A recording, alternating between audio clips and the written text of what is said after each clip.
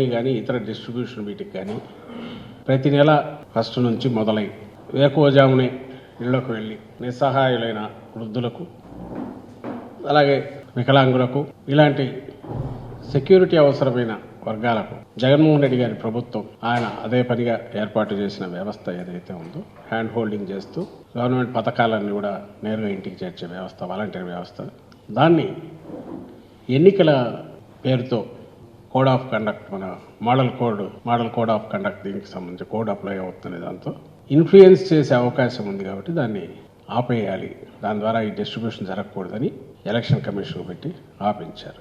ఆయన ఈరోజు అనొచ్చు నాకేం తెలుసు ఎవరో పెట్టారని.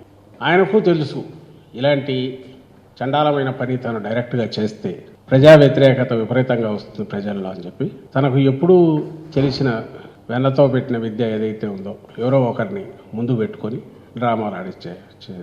నిజంగా ఆయనకు వాలంటీర్ సిస్టమ్ అనేది వద్దు అని ఒక సైద్ధాంతికంగా కూడా ఆయన అనుకుంటే తనే పోయి ఉండొచ్చు, కోర్టుకు పోవచ్చు, ఓపెన్ స్టేట్మెంట్ ఇచ్చి తెలుగుదేశం పార్టీ విధానం అని కూడా చెప్పి ఇది పనికిరాది వ్యవస్థ, మేము వస్తే ఇచ్చేస్తాం, లేదా గతంలో ఉన్న జన్మభూమి కమిటీల వ్యవస్థను తీసుకొస్తామని కూడా చెప్పొచ్చు, తప్పులేదు. ఆ స్వేచ్ఛ ఆయనకుంది. అలాగే ప్రజల్లోకి వెళ్ళి దాని ప్రచారం కూడా చేసుకోవచ్చు. అలా కాకుండా దొంగ దెబ్బ తీయడం ఒకటి, ఆ తీయడం కూడా ఎవరిని నిస్సహాయాలను తీయడం ఒకటి, ఇప్పుడు దాన్ని బుకాయింపు ఒకటి మళ్ళీ కొత్తగా మొదలుపెట్టాడు.